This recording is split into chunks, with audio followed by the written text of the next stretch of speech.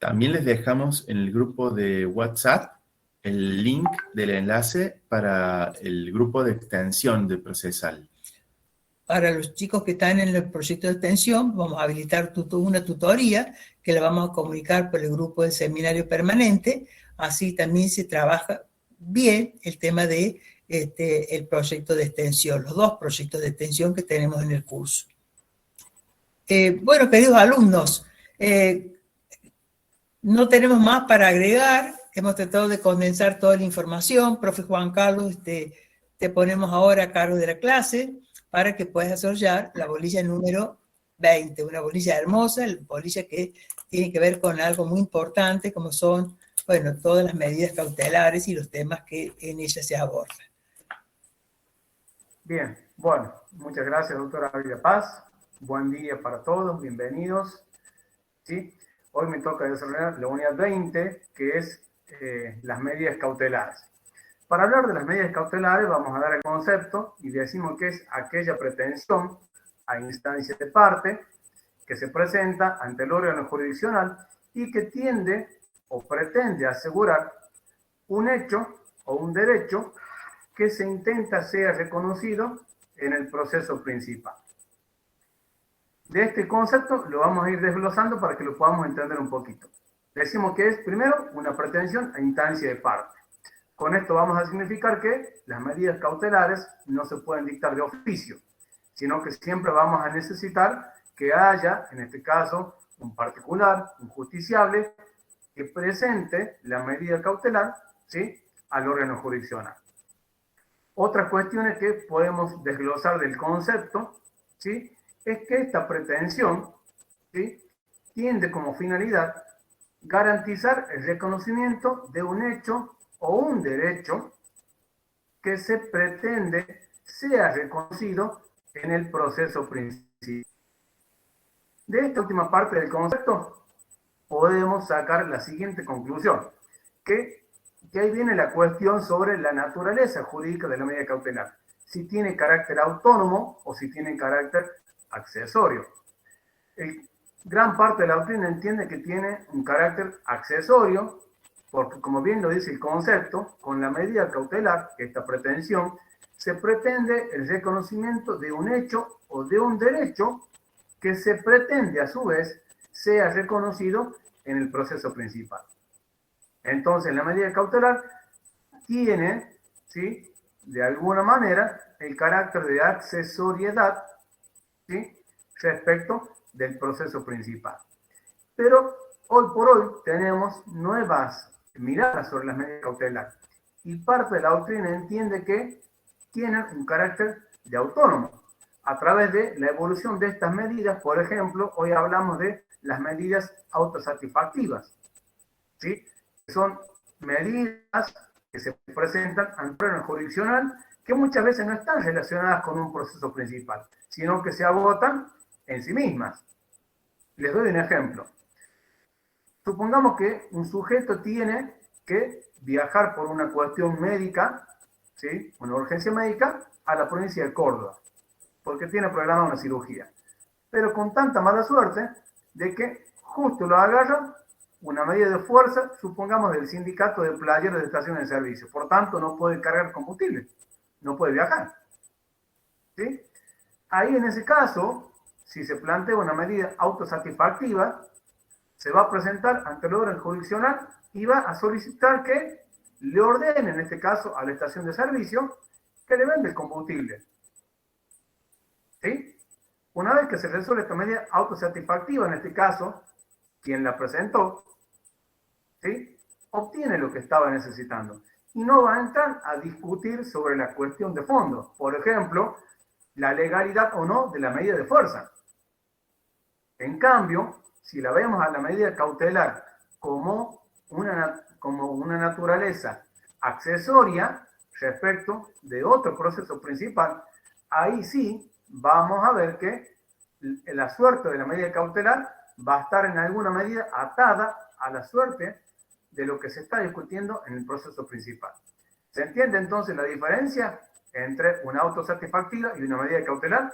En función de cómo miremos la naturaleza jurídica respecto a si es accesoria o si es autónoma, nos vamos a encuadrar si estamos frente a una medida cautelar o frente a una medida autosatisfactiva.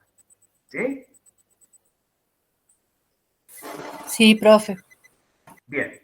¿Cuáles son, ¿sí?, los caracteres que tienen las medidas cautelares?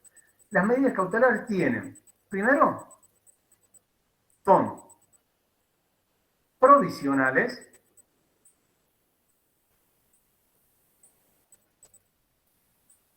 Segundo, se dictan inaudita parte.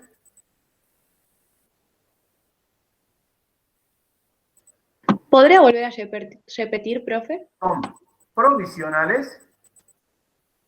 Se dictan inaudita parte, ya vamos a ver cuál es el alcance. Y a su vez también son modificables.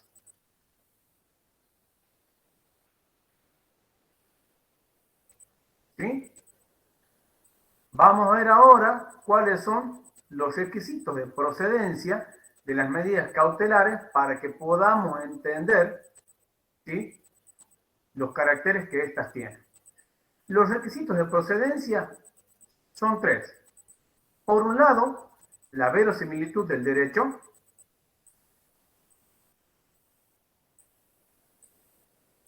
En segundo lugar, el peligro en la demora. Y en tercer lugar, la contracautela. Vamos a explicar ahora estos requisitos de procedencia para que podamos entender los caracteres. El primer requisito esencial es la verosimilitud del derecho. ¿Qué significa este término, verosimilitud del derecho? Significa que en este caso el peticionante de la medida cautelar, al momento de plantear ante el tribunal, tiene que acreditar con un grado de certeza necesario el fundamento de su pedido. Es decir, no tiene que acreditar de una manera exhaustiva o contundente, sino que de su planteamiento surja prima facie que le asiste la razón en su planteamiento. ¿Sí? Profe, como el ejemplo que acaba de dar del tema de la persona que tiene que viajar, o sea, con el solo hecho de acreditar que tiene que viajar, digamos, tendría lugar. Exactamente. Es decir, a ver, no tienes que acreditar, digamos, con una certeza contundente que no deje lugar a dudas, sino la simple verosimilitud o la simple apariencia de que le asiste la razón. Fíjense ustedes que este requisito en el derecho romano, los jurisconsultos lo denominaban fumus bonis iuris, el buen humo del derecho. Es decir, la simple apariencia, a simple vista, prima facie, de que al peticionante le asiste la razón. ¿Y por qué esta verosimilitud y no la certeza?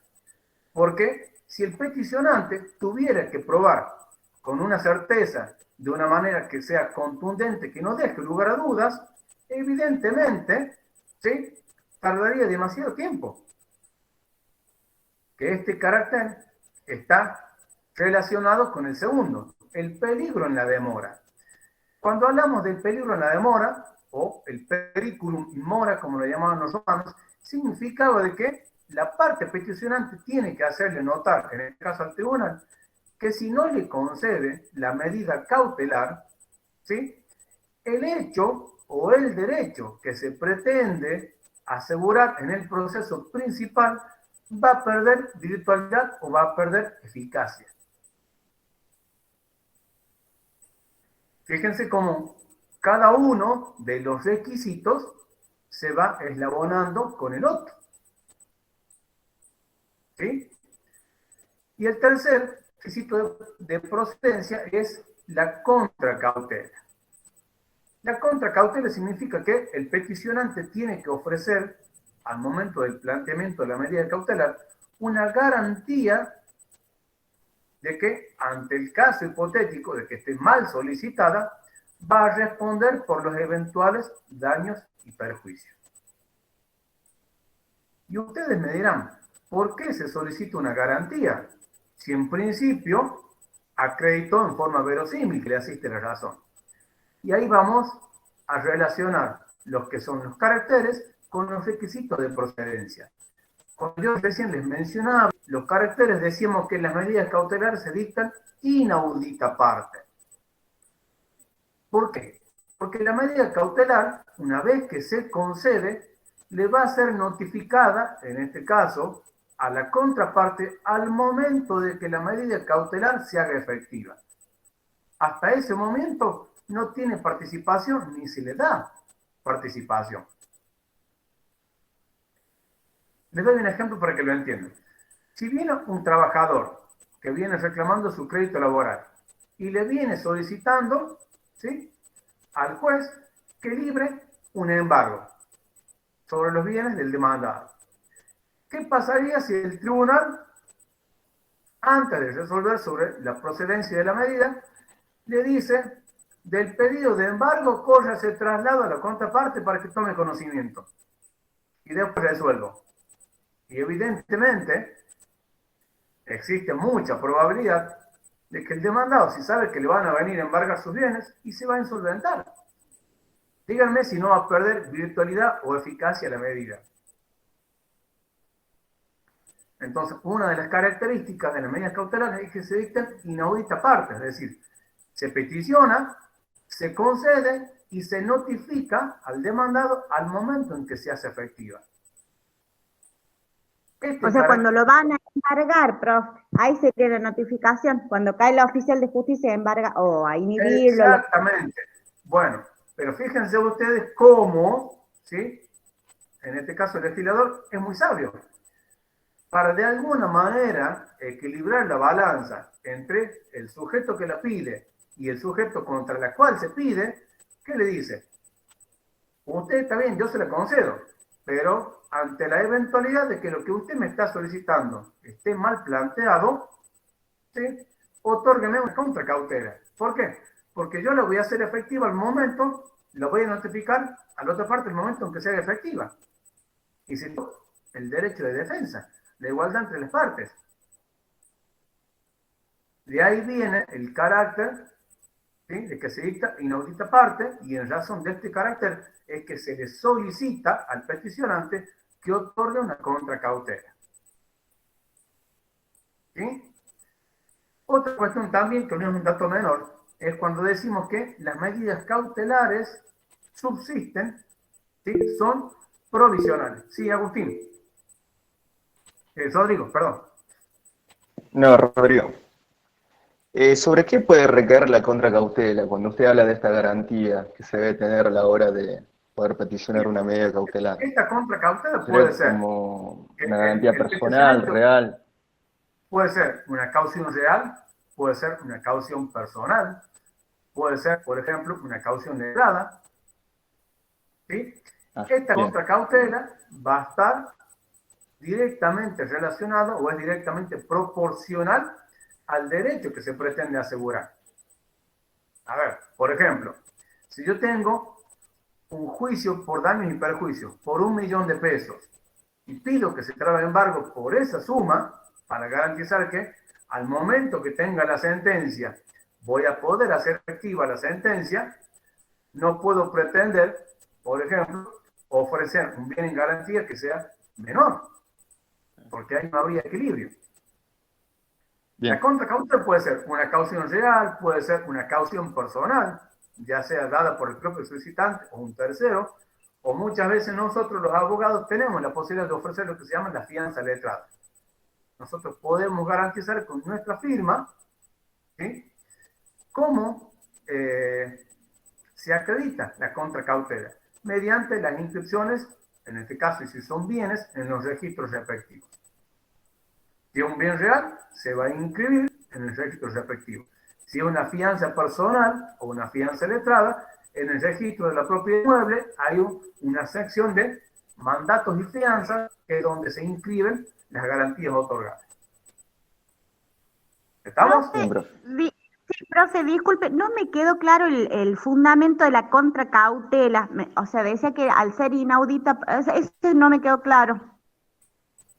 Bien, ya te lo explico, Belén.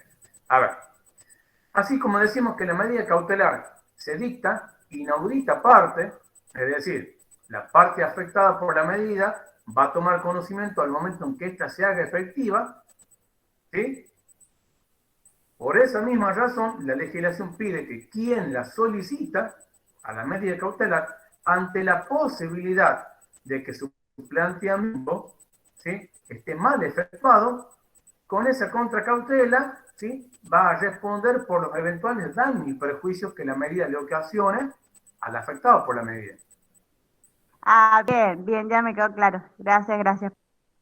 Bien, ¿estamos? Decimos de que también las medidas cautelares son provisionales. Y este carácter de la provisionalidad está dado en función de los dos primeros requisitos: la verosimilitud del derecho y el peligro en la demora. Es decir, la parte solicitante, al momento de presentarse ante el tribunal, va a tener que acreditar los tres requisitos: la verosimilitud del derecho, el peligro en la demora y, si corresponde, la contracautela. Ya vamos a ver que en algunos casos la ley exime de la contracautela. ¿Sí? Estos dos primeros requisitos, la verosimilitud y el peligro en la demora, son los que van a dar fundamento al otorgamiento de la medida cautelar. Si alguno de estos dos requisitos, después de que la medida cautelar ha sido concedida y trabada, si alguno de estos dos requisitos pierde eficacia, la medida cautelar cae. Supongamos que el peticionante me acredita, ya te contesto, Enzo. Supongamos que el peticionante acredita prima facie la verosimilitud del derecho. Pero después, con el transcurso del proceso, ¿sí?, se prueba que esa verosimilitud no era tan verosímil, que en realidad el derecho que él decía tener no era tal. Entonces ahí la medida cautelar puede llegar a caer o se puede modificar, es decir, puede haber una sustitución de la medida cautelar por otra que sea menos gravosa, ¿sí?, para el destinatario. De ahí viene el carácter de que las medidas cautelares son modificables, son provisionales.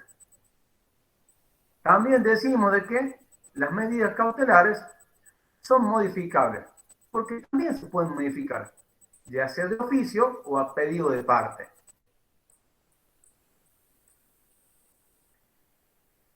Por ejemplo, vuelvo al ejemplo que les acabo de mencionar. Un juicio de daños y perjuicios, ¿sí?, por un valor de 1 millón de pesos. En este caso viene el actor y traba embargo sobre bienes del demandado por un valor de 4 millones de pesos. Ahí en este caso sería totalmente, ¿sí?, desproporcionada. ¿Qué puede hacer ahí en este caso el demandado? Ofrecer un bien en garantía que cubra el monto reclamado por el actor. Entonces la medida cautelar se puede llegar a modificar.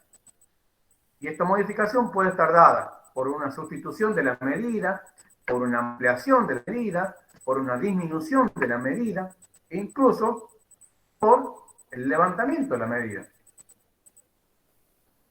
en función de las circunstancias que se vayan dando en el proceso. A ver, ahora vamos a contestar lo que opinaba aquí en el chat. Enzo, ¿a qué hace referencia el peligro en la demora?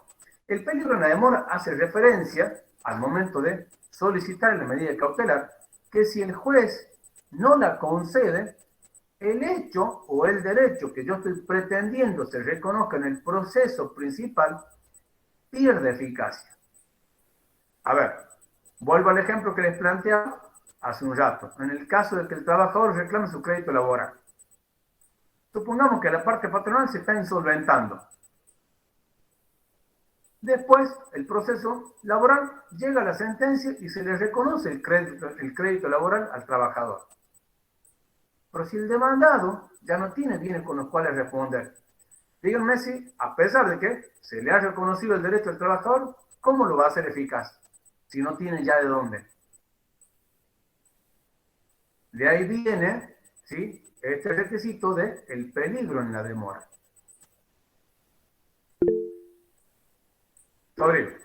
Profe, una pregunta en colación a lo que hablaba del peligro de la demora. ¿Qué pasa si el juez se demora en decretar la medida y se llega a perjudicar a la parte? ¿Hay alguna clase de sanción para el juez? ¿Qué se debe hacer en ese caso? No, a ver, sanciones no hay, ¿sí? En realidad, No, bien. la medida cautelar tiene un trámite que es sumario en cuanto a su tratamiento. Para garantizar la eficacia de la medida cautelar, ¿sí? Generalmente, cuando se plantea una medida cautelar, a diferencia de los otros tipos de procesos, ¿sí? Cuando sale en el despacho, sale solamente con el número, no sale con la carátula. Es decir, no se va a poner Juan Pérez contra María Molina sobre medida cautelar. Porque Bien. puede pasar que María Molina o algún conocido de María Molina vean el despacho y le digan, che, María, me parece que están por trabajo en embargo. Es para evitar precisamente esa Claro. cuestión. Pero yo me refiero en el caso, por ejemplo, de que nuestro cliente presente una medida cautelar y, digamos, Sí. que el juez tarde, digamos, un poco en concederla, pero ya se le causó el daño al cliente. ¿Qué podemos hacer en ese caso? A ver, en ese caso, primero, si el juez se está demorando, yo tengo los recursos procesales. Por ejemplo, plantear un pronto despacho ante el tribunal. Bien. O plantear un intratrámite. Bien. Uno, como Sí. litigante, tiene la posibilidad de decir, si el juez me demora, en realidad, a ver, todos los plazos son iguales, tanto para el parte como para el tribunal. En la práctica, para el tribunal muchas veces no se da. Pero uno como litigante tiene la facultad de, si el tribunal se está demorando en resolver la cuestión planteada, de plantear un pronto despacho. Fíjense ustedes que según la ley orgánica de la función judicial, el planteamiento de 3 prontos despachos para un juez en un año calendario es causal, significa mal desempeño y causal de juicio político. Exacto. Sí, y en el caso, por ejemplo, siguiendo este Entonces, ¿uno qué ejemplo, hace?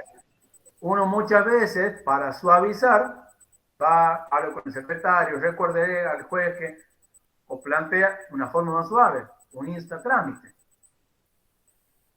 Es como decirle al juez, haga su tarea sin decírselo. claro. Porque también está la realidad de que uno muchas veces tiene que seguir litigando en ese tribunal. Porque no es la única causa que tiene. Hay mucho miedo de presentar un pronto de despacho. Lo piensan mucho antes de hacer. Fíjense ustedes de que por acordar del Superior Tribunal, todos los jueces de la provincia, ante el planteamiento del pronto despacho, tienen que comunicar al Superior Tribunal, porque el Superior Tribunal, ¿sí?, ejerce facultades de superintendencia. Claro. Sí. En caso de que el daño ya esté hecho, ya no nos sirve, digamos, la medida cautelar, ya está. Ya pasó. Yo quería viajar en este ejemplo que dijo usted y ya no pude viajar, ya se me perjudicó, ya está. Bien, bueno, ahí, a ver, cabría la posibilidad de iniciar daños y perjuicios, en este caso, al Estado, por retardo de justicia. Bien, genial. Bien. Bueno, eso, gracias, profe. Bien, entonces, en cuanto a los caracteres de las medidas cautelares, decíamos que eran provisionales porque se mantienen en tanto y en cuanto, ¿sí?, subsistan las causales que le dieron origen. Las causales van a ser la verosimilitud y el peligro en la demora. En tanto y en cuanto estos dos requisitos se mantengan, las medidas cautelares se van a mantener. ¿Sí? Son modificables, como ya dijimos, se pueden sustituir, se pueden ampliar, se pueden disminuir o incluso se pueden levantar. Y por último, ya dijimos que se dictan inaudita parte. Y en cuanto a los requisitos de procedencia, es la verosimilitud del derecho, el peligro en la demora y la contracautela. Yo recién les mencionaba que respecto a la contracautela, hay casos donde la ley no exige la contracautela. ¿Sí? La ley no exige la contracautela en los casos en que el peticionante de la medida sea el Estado, nacional, provincial o municipal. ¿Por qué no exige la contracautela? Porque se supone de que tienen la solvencia económica necesaria para responder por los eventuales daños y perjuicios en el caso de que la medida cautelar haya sido mal solicitada. ¿Sí? Otro de los supuestos donde no se exige la contracautela es en aquellos juicios donde el peticionante goza del beneficio de litigar sin gastos y en los juicios laborales.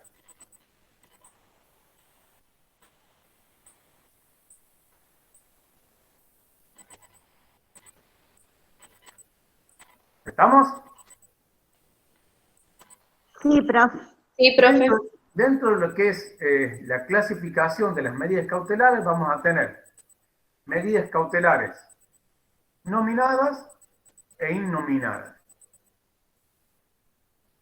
Las nominadas son aquellas que se encuentran en los códigos de procedimiento y tienen una regulación específica.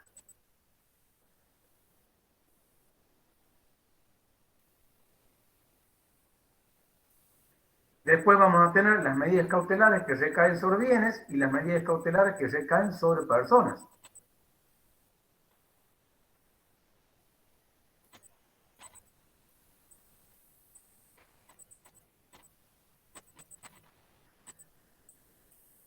Y también vamos a ver que las medidas cautelares no siempre están contenidas dentro de los códigos de procedimiento.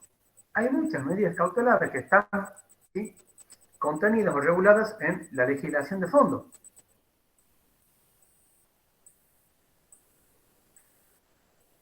Por ejemplo, ¿alguien escuchó hablar de las llamadas perimetrales o medidas de restricción personal? Sí. profe.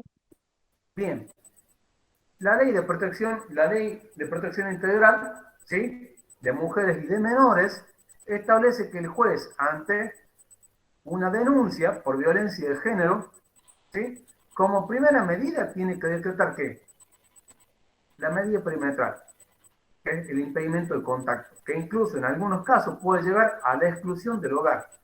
Eso, chicos, es una medida cautelar, que en este caso protege a la persona víctima de violencia.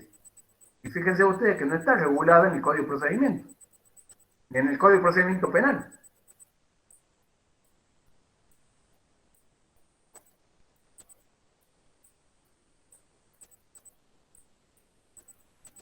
¿Sí? ¿Estamos? Sí, profe. Bien. Bueno, vamos a entrar ahora a ver las medidas cautelares en particular. Esta parte general, ¿hay alguna duda? No, profe, todo claro. No, clarísimo, profe.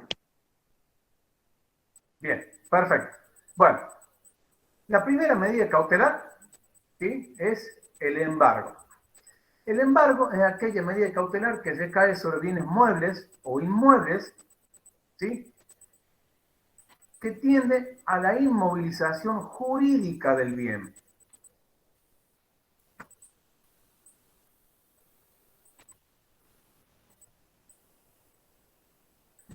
Como primera característica decimos que recae sobre bienes muebles y sobre bienes inmuebles.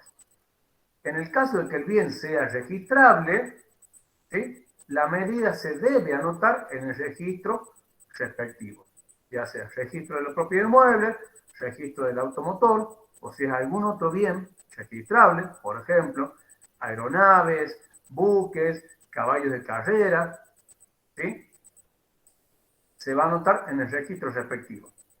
Esta medida en particular tiene la característica que busca, ¿sí?, la indisponibilidad jurídica del bien. ¿Qué significa esto? Que en este caso, el propietario del bien no queda privado del uso y el goce del bien. Puede seguir, es decir, va a seguir bajo su órbita, puede seguir usando y gozando del bien, pero en carácter de depositario judicial. Y ahí en este caso, lo que le está prohibido es hacer actos de disposición respecto del bien.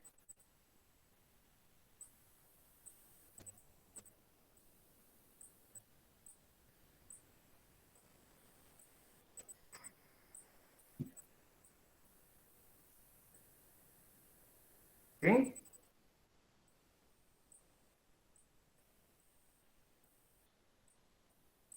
En el caso, el del embargo lo que busca es la indisponibilidad jurídica del bien. Es decir, el bien queda dentro de la órbita del patrimonio, ¿sí?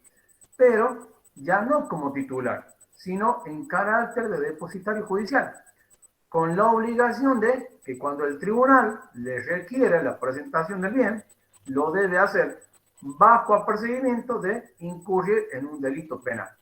El delito penal es el artículo 104, que es el incumplimiento de los deberes de depositario judicial.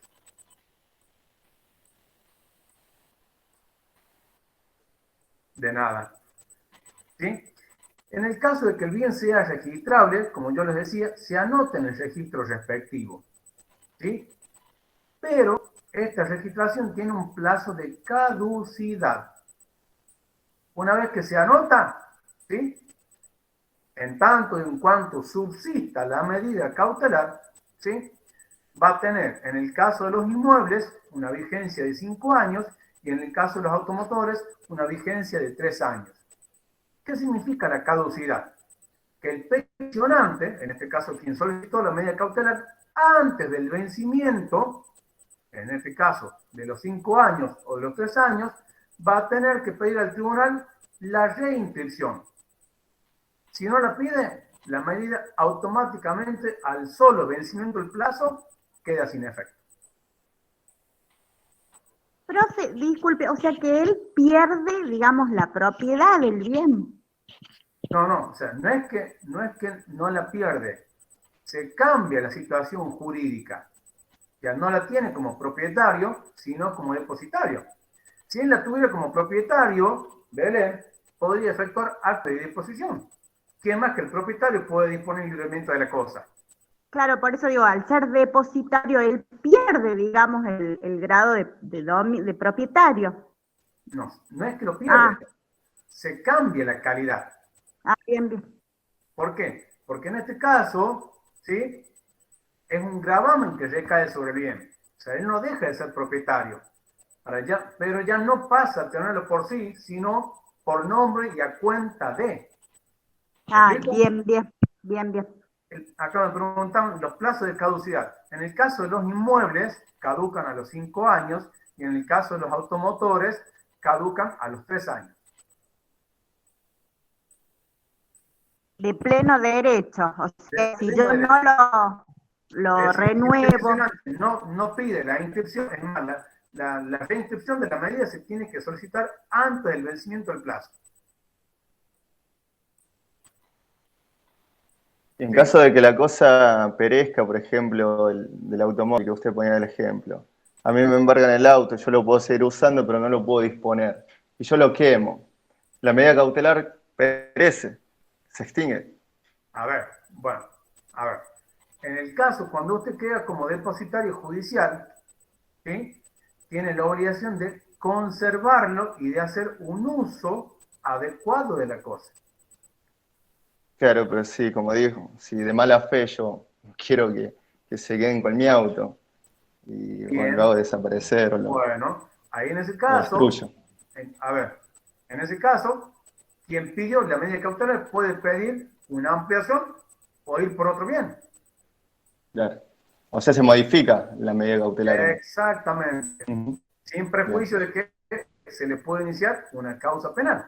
Es sí, más, sí, por lo que acaba de decir. Muchas veces sí, se da esta situación de que quien tiene la cosa en carácter depositario, ¿sí? Muchas veces no hace un uso racional de la cosa, sino muchas veces hace un uso abusivo con tal de que la cosa se vaya desvalorizando. ¿Qué puede hacer ahí en ese caso el peticionante? Ir por una medida más gravosa, ir por el secuestro. Lo saco de la órbita, en este caso, del propietario.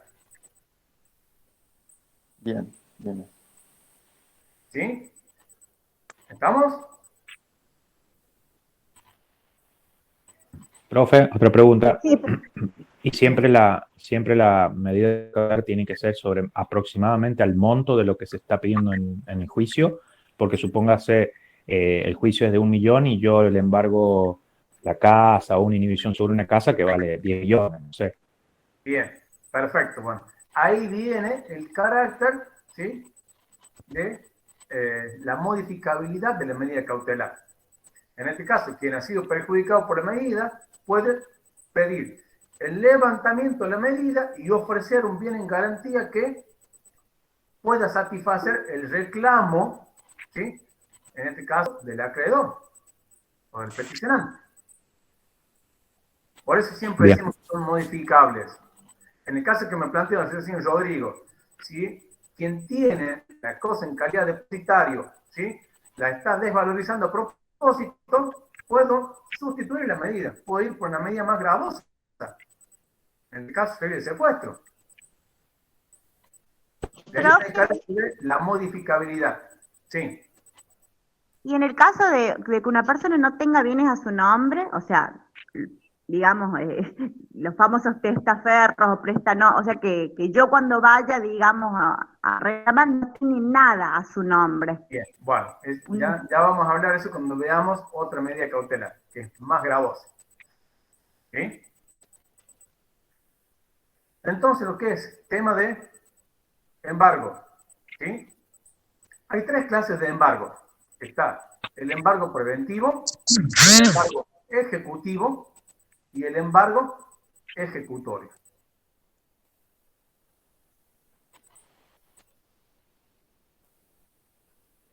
El embargo preventivo es aquel que se da precisamente para garantizar un hecho o un derecho que se pretende sea reconocido en el proceso principal.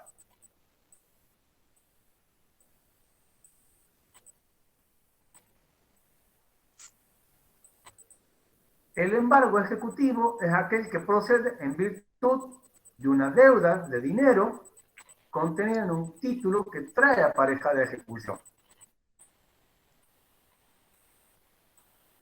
Recuerden ustedes que el juicio ejecutivo, ¿sí?, la verosimilitud, en este caso del derecho del acreedor, ya viene impuesta por la ley. Porque la deuda reclamada, ¿sí?, está contenida, conforme a los requisitos que marca la legislación, en un título que trae apareja de ejecución. Entonces ahí la verosimilitud del derecho ya no tiene que probarla, porque ya tiene una verosimilitud respecto de la naturaleza de su crédito. Esa es la otra clase de embargo, que es el embargo ejecutivo. ¿Sí? Y el último, el embargo ejecutorio, es aquel que se da cuando el proceso ya ha concluido y tiene una sentencia a su favor. ¿Sí? Que se da mediante el procedimiento de ejecución de sentencia.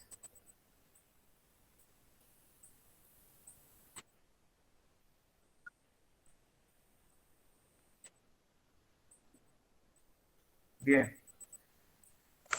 El embargo ejecutivo es aquel que se da en los procesos ejecutivos, donde en este caso el derecho del peticionante surge, ¿sí?, de un título que trae aparejada de ejecución. Es decir, su derecho a reclamar el cobro de la suma de dinero líquida o fácilmente liquidable de plazo vencido está contenida en un título que, conforme a la ley, trae aparejada de ejecución. Y que el mismo título ya viene dotado de una verosimilitud y una fehaciencia respecto de la naturaleza del crédito. Ahí no hace falta probar, por ejemplo, la verosimilitud, porque el propio título ya me lo da. Y el embargo ejecutorio es aquel donde el peticionante ya no tiene que probar porque ya tiene una sentencia que ha reconocido su derecho. Y en virtud de esa sentencia es que va a, mediante el procedimiento de ejecución, hacer efectiva la resolución emanada del tribunal. ¿Se entiende? Sí, sí. Bien. Antes de seguir, antes que me olvide, en el Código de la Provincia, las medidas cautelares, todo lo que es parte general y las medidas cautelares en particular, están reguladas en el artículo 82, a partir del artículo 82, y en el Código Procesal Civil y Comercial de la Nación, están reguladas a partir del artículo 196.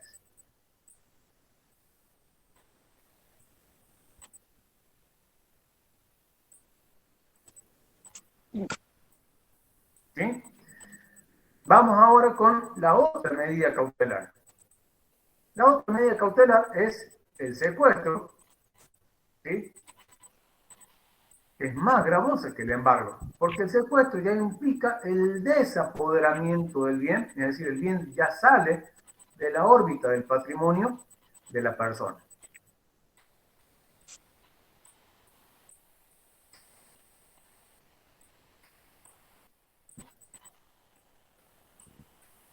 ¿Sí? El secuestro, a diferencia del embargo, va a recaer, ¿sí?, sobre bienes muebles registrables o no.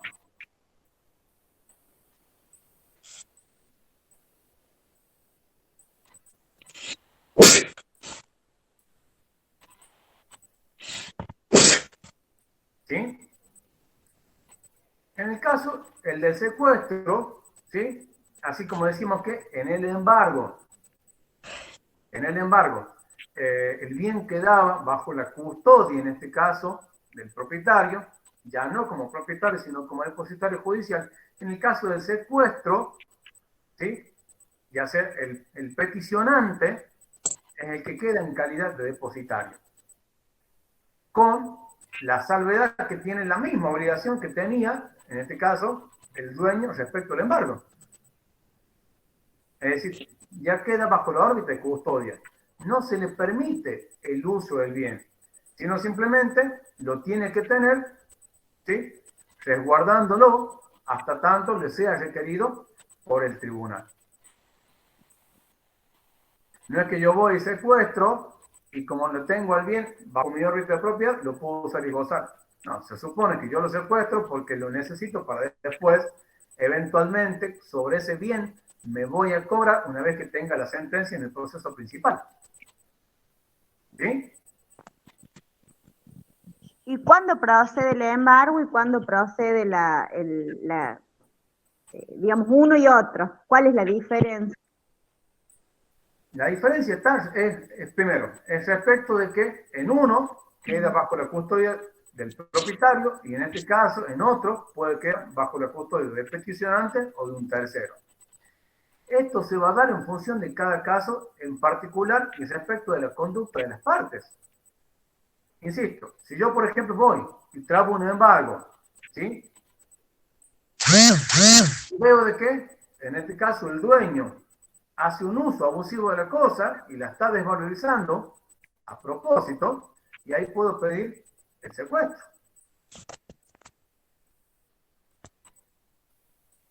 Eso hay que analizarlo en cada caso en particular. Ah, bien, bien, bien. En A función, Pérez, digamos, si de la conducta de puede, las partes. ¿Sí?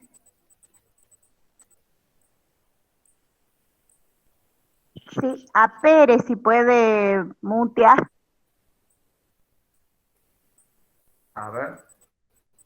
Sí, perdón, profe, no sabía que estaba abierto. Ya está, ya está, ya está. Ahí está. ¿Sí? También el código me dice de que en los casos de secuestro, ¿sí?, quien queda bajo la custodia de la cosa también lo hace en carácter depositario, pero en este caso, si incurre, por ejemplo, en gastos de conservación de la cosa, después puede pedir el reembolso de los gastos. A ver, supongamos, voy y secuestro, no sé, una máquina, por ejemplo, de una empresa, ¿sí?, que requiere ciertas y determinadas características. Por darle un ejemplo, no sé, se me ocurre, voy y entro en un laboratorio de una empresa farmacéutica y saco una máquina con la cual se realizan, supongamos, vacunas, que tienen que estar, por ejemplo, en un ámbito a menos 10 grados para poder funcionar, para que la máquina no se estropee. Ahí voy a tener que buscar, por ejemplo, un depósito adecuado. Y obviamente ese depósito adecuado me va a generar gastos. En este caso, quien tenga la cosa bajo su cuidado puede pedir el reembolso de los gastos ocasionados con motivo de la custodia y la guardia de la cosa.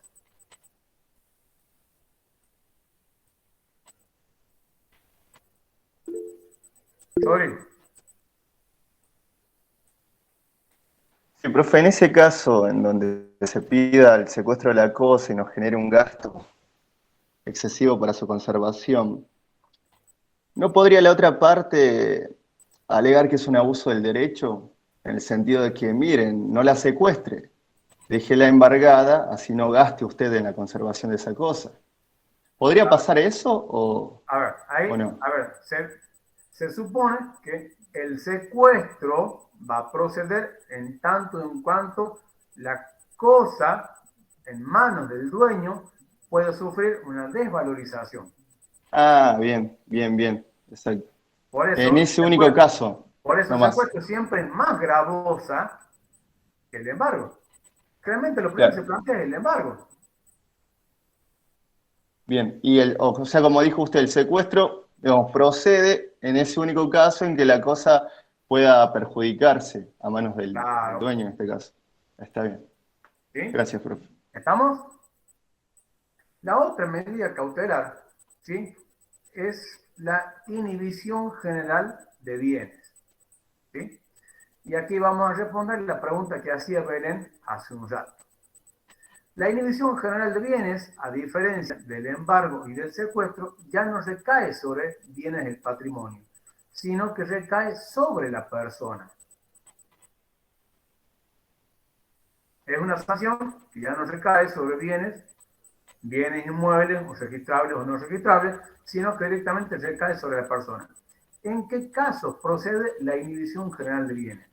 Cuando en este caso el deudor no tenga bienes suficientes para garantizar lo que se le está reclamando, o bien que directamente no tenga bienes con que responder. Se dan las dos situaciones. Cuando no tenga bienes suficientes sobre los cuales te va a dar embargo, o que directamente no tenga bienes con los cuales responder. El ejemplo que me planteaba recién Belén. Cuando la persona no tiene nada a su nombre. Ahí directamente, si no tengo bienes sobre los cuales ir con un embargo, un secuestro, voy a ir directamente sobre la persona y la voy a inhibir.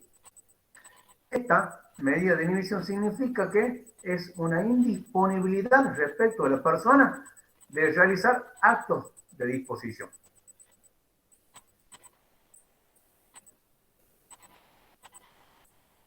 ¿Sí?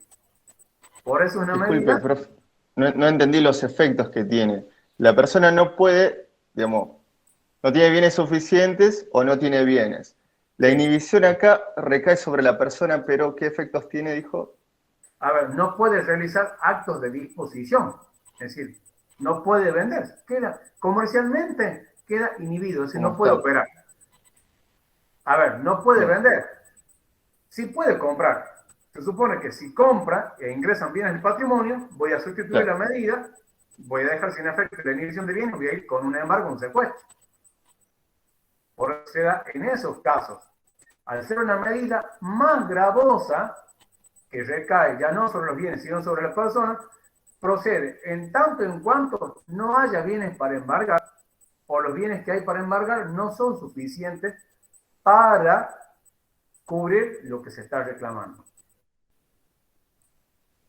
¿Sí? Claro, no es lo mismo una persona verdaderamente que no tiene ingresos, que no tiene medios, y otra persona que sí o sea, que como que se evidencia que sí, que tiene casas, autos, pero que no tiene nada a su nombre. Es como, me parece como... Bueno, a ver, pero ahí, en ese caso, hay que hacer un trabajo de hormiguita, de inteligencia. Es decir, ahí voy a tener que acreditar, por ejemplo, si hubo el periodo de sospecha, si hubo transmisiones de bienes fraudulentas. ¿Sí? Ahí voy a tener que investigar a partir de qué fecha, ¿sí?, la persona se insolventó. Si esas ventas fueron simuladas o no, voy a tener que, en este caso, plantear las acciones de simulación. es más complicado ahí en ese caso. Generalmente, siempre hay un trabajo, ¿sí? Una cuestión previa que se hace respecto de investigar, por ejemplo, si la persona tiene bienes o no. ¿Por qué? Porque muchas veces cuando se dan estas situaciones, yo puedo ir a embargar y ver qué tiene para embargar, o puedo haber estudiado qué es el patrimonio, cómo se compone, y directamente denunciar bienes a embargo. Ahora, si yo he investigado y he podido determinar que la persona se insolventó, bueno, y ahí voy a tener que hacer las acciones correspondientes de simulación, de fraude. O, por ejemplo, hay algo que no cierra, es decir, si la persona no tiene su nombre, pero tiene un nivel de vida, ¿sí?, que no condice con su situación patrimonial. ¿Me explico? Claro, por ejemplo, anda en un auto, digamos que no está su nombre, pero él lo usa, o sea, él hace uso de ese auto, no sé si me explico. O sea, él es el único, claro, pero no está su nombre. Bueno, por eso muchas veces se usa estas figuras, digamos, de estafeta. Bueno, hay que entrar a desenmarañar esta trama de, a ver, por ejemplo, yo puedo probar, por ejemplo, que hubo una simulación. Si quien aparece como dueño registralmente del bien no tiene los medios económicos como para haberlo adquirido. Ahí en este caso voy a ir no solamente con quien lo está usando, a pesar de que no está su nombre, sino también de quien aparece registralmente como dueño. Que muchas veces... O a nombre de algunas empresas, o fideicomisos, o sea, se utilizan... Exactamente. Porque en ese caso hay lo que se llama un abuso del derecho, un fraude. Obviamente hay que probarlo con las acciones correspondientes. ¿Sí? ¿Estamos? Sí, profe. Sí, profe, clarísimo. Bien.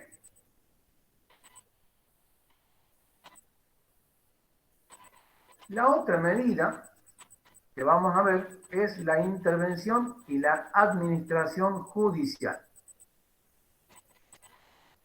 ¿Sí?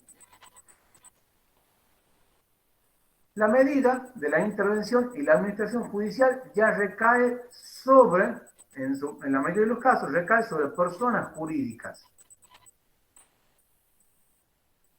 ¿Sí?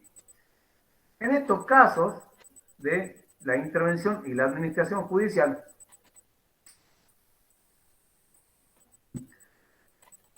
la medida cautelar va de menor a mayor, porque vamos a tener distintos tipos de figuras. Por un lado vamos a tener la figura de el interventor veedor, la figura del interventor recaudador y la figura del interventor propiamente dicho. La figura del interventor veedor es simplemente, ¿sí?, nombrar una persona que la va a designar el juez, ¿sí?, mediante resolución, que va a tener como función la de elevar informes en el tiempo que el propio tribunal le marque respecto, por ejemplo, de la situación patrimonial de una persona jurídica. Para eso va a tener que tener acceso a libros, estados contables, ¿sí?, estados bancarios. Su misión es solamente informar. Por ejemplo, si yo soy socio de una sociedad anónima y a mí, por ejemplo, los que tienen la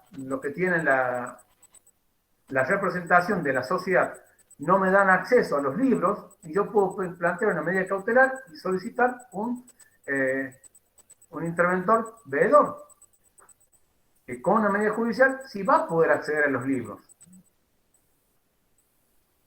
¿Sí? ¿Estamos? Pero simplemente la función, ¿sí?, va a ser informar. esta información la va a tener que, ¿sí?, elevar al tribunal en el tiempo y en la forma que el propio tribunal le indique, y en este caso el interventor veedor tiene derecho, ¿sí?, a cobrar una remuneración. El alcance de la tarea que tiene que desempeñar va a estar dada en la propia resolución judicial. Es decir, qué puede hacer y qué no puede hacer.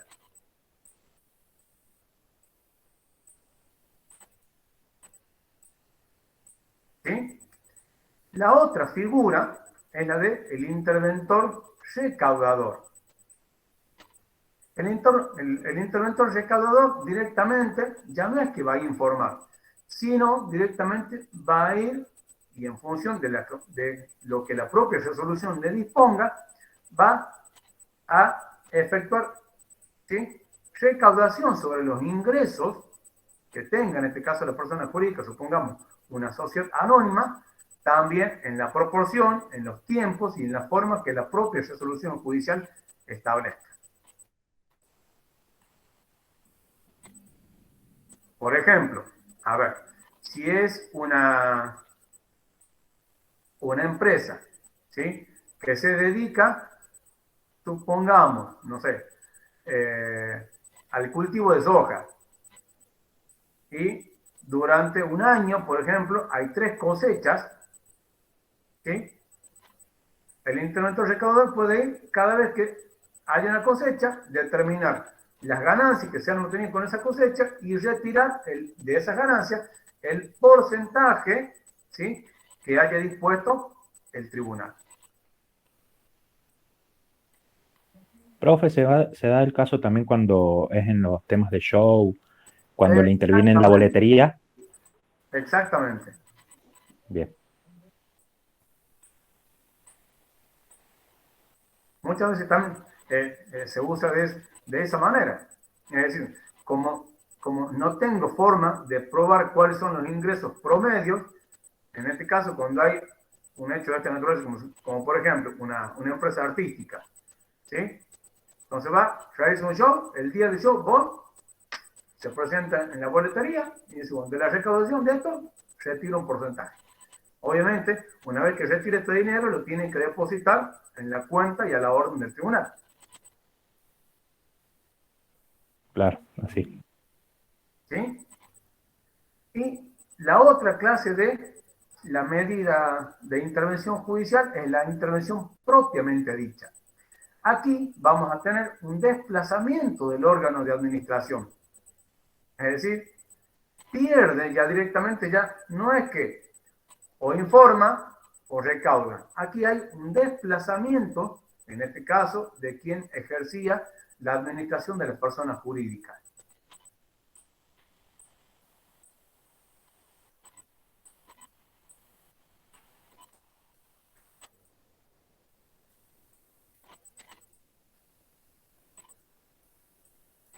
¿Sí? Que vendría a ser, digamos, la medida más gravosa. Porque en las otras 2 medidas, el normal desenvolvimiento de la persona jurídica no se ve obstaculizado.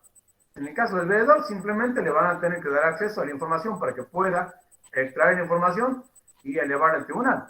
En el caso del interventor recaudador, o sea, no es que le va a quitar todos los ingresos, porque sería algo totalmente ilógico, sino simplemente retirar una proporción de los ingresos y depositarlos a la cuenta y orden del tribunal.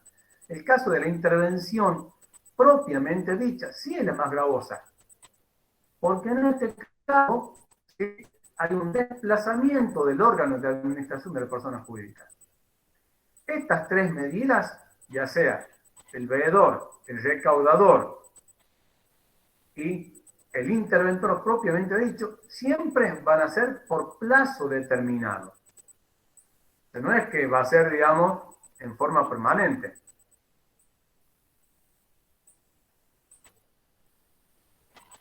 Este plazo va a estar determinado en la propia resolución judicial que disponga el otorgamiento de la medida, ¿sí?, y la designación de la persona que va a ejercer la función. Esta persona que está designada por el tribunal tiene derecho a cobrar honorarios.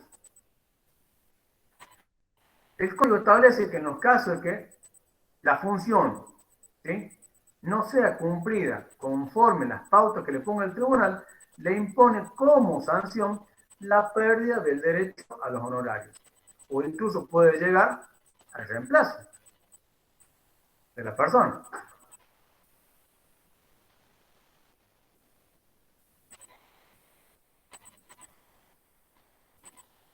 Profe, una pregunta que me surgió una duda con respecto a todas las medidas cautelares. ¿Se pueden apelar las medidas cautelares?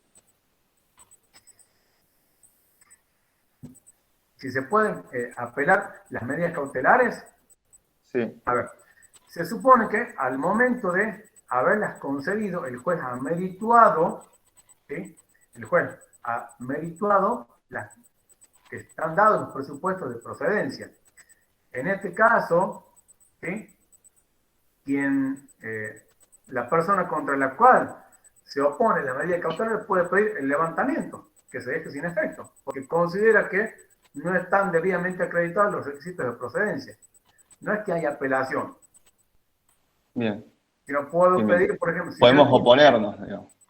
A ver, si yo estimo que no está bien acreditada la verosimilitud o que el peligro en la demora no es tal, porque no hay razón para considerar que su derecho se encuentre en peligro, se puede pedir directamente el levantamiento de la medida.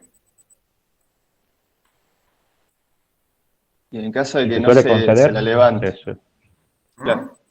¿Mm? En caso de que no se la levante. no se la levante, ahí sí se puede plantear, digamos, como una reposición, ¿sí?, o directamente, en el caso nuestro, una casación. En el orden nacional, sí, una apelación. Ajá, bien. Gracias, profe. ¿Bien? ¿Estamos? Sí, profe. Después tenemos la anotación de litis. La anotación de litis es una medida que recae sobre un bien en particular sobre el cual se encuentra discutida la titularidad.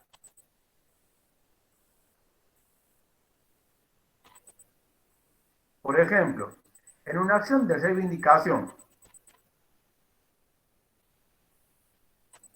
o por ejemplo, en un juicio de escrituración, ahí se puede plantear una medida de anotación de litis.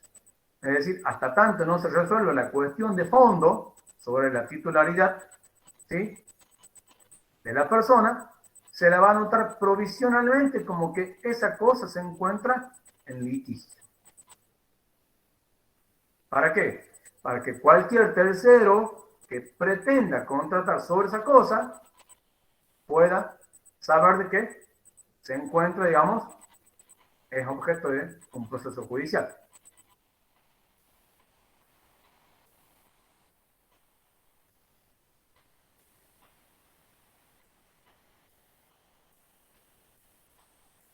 ¿Sí? Después tenemos la prohibición de innovar. La prohibición de innovar es aquella que se plantea o para mantener una situación de hecho o para impedir que se produzca una determinada situación de hecho.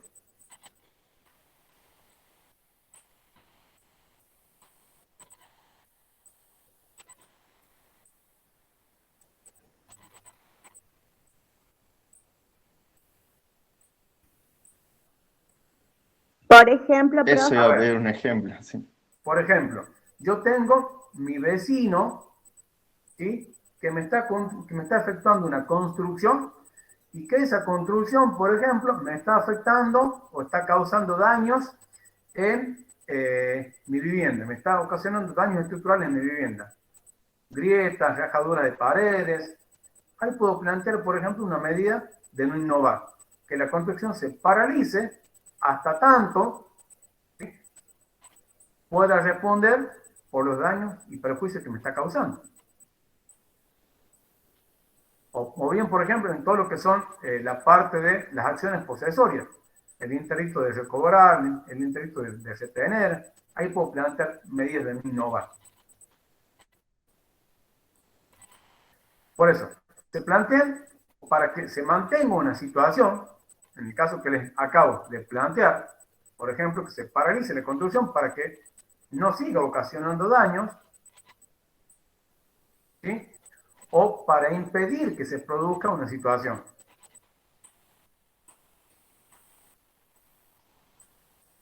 O la demolición de un edificio, por ejemplo. También.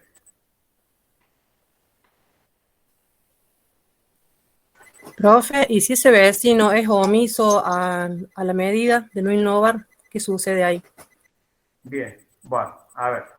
Ahí, en ese caso, ¿sí? Puedo plantear, por ejemplo, daño y perjuicio. Bien. Muchas veces, en este tipo, digamos, específicamente en lo que es medidas de no innovar referidas a inmuebles, muchas veces tengo la opción de ir por medidas administrativas y medidas judiciales.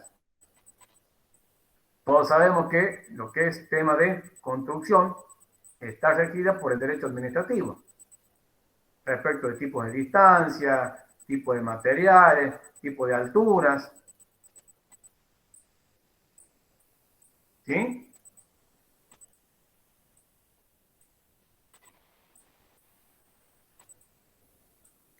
Sí, profe, bien. Por último, tenemos dentro de las medidas en particular la prohibición de contratar. La prohibición de contratar se da cuando se prohíbe realizar algún tipo de contrato en particular o de contratar con determinada persona.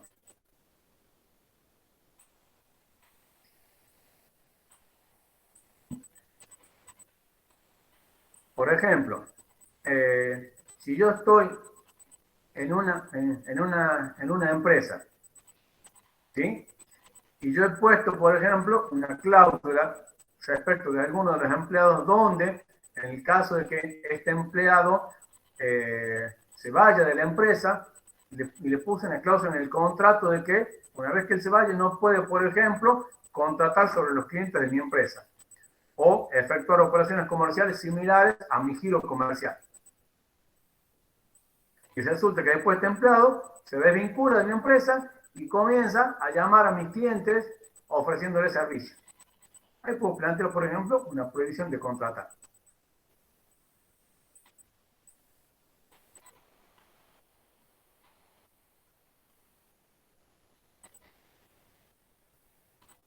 Y suele pasar muy a menudo eso, profe. ¿Sí? Profe, ¿y tiene que ver también el tema del secreto profesional ahí? ¿O ¿También? no? ¿O no es necesario? Sí, también. Sí, cláusulas, o sea, cláusulas de no competencia o que violan el tema de la competencia desleal, cláusulas de confidencialidad.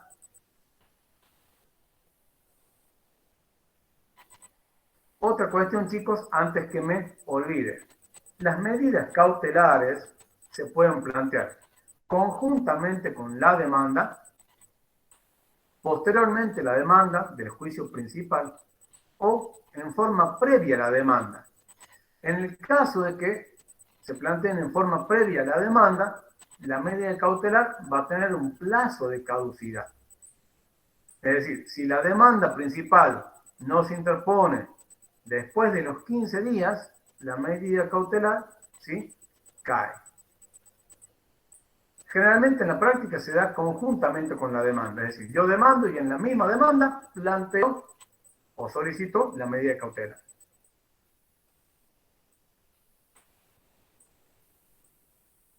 Y antes sería, por ejemplo, el peligro inminente. Claro. En el caso de... A ver, por ejemplo, en el caso, por ejemplo, de una medida de no innovar, el ejemplo que les planteaba recién, de que el vecino está haciendo la construcción y yo quiero reclamar los daños y perjuicios porque ya le mandé carta documento y ha hecho caso omiso a mi intimación. ¿Qué voy a plantear ahí? Una medida cautelar de no innovar para paralizar la construcción, pero dentro de los 15 días voy a tener que plantear la demanda de los daños y perjuicios. Profe, ¿y se puede plantear dos veces la medida? Por ejemplo, cuando es previa, usted dice que tenemos este plazo de caducidad. No presentamos la demanda y cuando vamos a presentar la demanda, presentamos de vuelta la medida. Se puede plantear en tanto en cuanto se acreditan los requisitos. Claro. La verosimilitud y el peligro de demora. Claro, bien. Sí, Yo presento la medida cautelar, perece el plazo. Dije, uy, no presenté la demanda. Cuando voy a presentar la demanda, ¿puedo nuevamente presentar esa medida cautelar? Tranquilamente. Bien.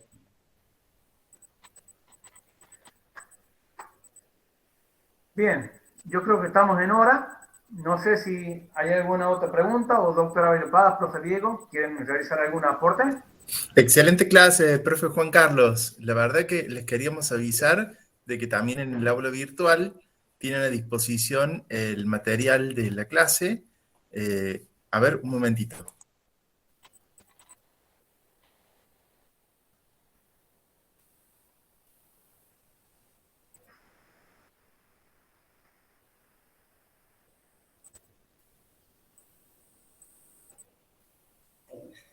Ahí estamos.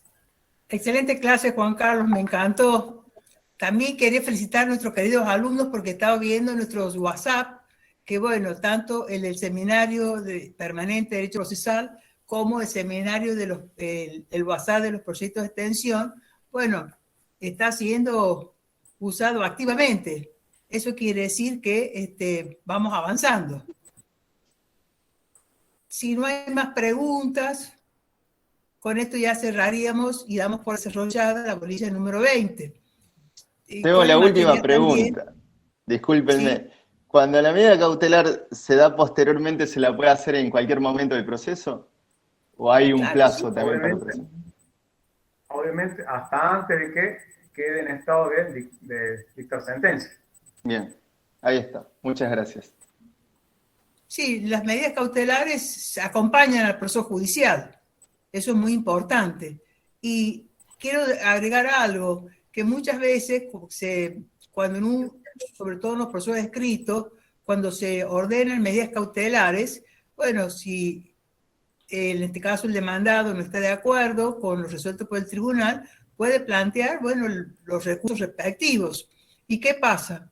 Que muchas veces, a través de estos recursos, se demoran y esta demora incide en el curso del proceso principal. ¿Por qué? Porque los abogados creen que atender la medida cautelar es atender el proceso principal y en realidad no. Son como dos puertas que hay que ver. Por un lado, el proceso principal, cuidar la instancia que se desenvuelve en forma regular y normal, y por otro lado, las medidas cautelares que dan esta finalidad de garantía, de afianzamiento de la instancia principal. Bueno, queridos alumnos, nos estamos viendo entonces para la clase el próximo viernes, pero el curso de la semana vamos a ver ya de implementar una tutoría para los proyectos de extensión y también ya vamos a estar habilitando para que vayan trabajando en los grupos, en los equipos de estudio del Seminario Permanente de Derecho Procesal. Bien. Doctora, antes de terminar, bueno, desearles un buen fin de semana, un feliz día del abogado, que el domingo vamos a estar en nuestro día, el 29 de agosto, Día del Abogado, en conmemoración al natalicio de Juan Bautista Alberdi. Esto lo ha dispuesto la Federación Argentina del Colegio de Abogados en 1956. Así que un afectuoso saludo, que tengan un lindo día, doctora Abel Paz, doctor Diego Robledo, y para ustedes, gracias, chicos, gracias Juan Carlos. Futuros colegas, que tengan un excelente fin de semana. Igualmente para ustedes. Gracias. Igualmente, profe, gracias. Igualmente, gracias. Y simplemente para cerrar, quiero recordar el 10º mandamiento del Decálogo de Couture que dice: ama tu profesión para que el día que tu hijo te pida consejo sobre qué carrera ha de seguir, considere para ti un honor proponerle que sea abogado. Queridos alumnos, nuestra profesión es un servicio a la justicia. Somos colaboradores del juez y constructores de la paz. Y tenemos que ejercerla con dignidad, con buena fe y con idoneidad. Muy ¡Feliz bien. Día del Abogado! Muy bien. Gracias. Feliz día. Colegas, ¡feliz Día del Abogado! Y también para los queridos Carlos y profe Diego. Feliz día también, profesor, para ustedes. Feliz día, doctor Diego. Bueno, Gracias, recomiendo también la gracias lectura del libro El alma de la toga, de Ángel Osorio. Muy bueno también. Hermoso, hermoso. Muchas gracias. Hasta luego, Nos vemos. profe. Que tengan buen fin de semana. Hasta luego. Gracias, nos vemos. Chao, Hasta luego.